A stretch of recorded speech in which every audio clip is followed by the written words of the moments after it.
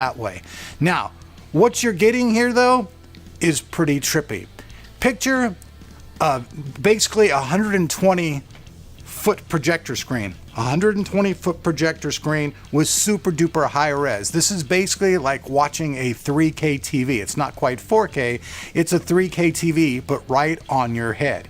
And the reason I really do think this is pretty cool, because if you're a person who travels, you do a lot of commuting, but you'd still like to be able to watch your movies on the go and do that, this is the perfect product for that.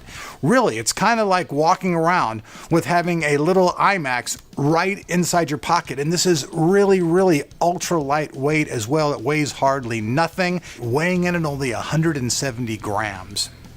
I'm sure that the design of this particular one that we're looking at will probably change from the one that we see when it actually hits the market, because the product's still in development. But everything about this is really, really nifty.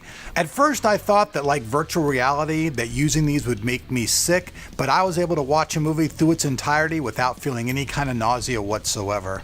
So if the movie streams in 2D, you'll see a 2D movie, but if the movie streams in 3D and supported, you'll see that inside of the glasses.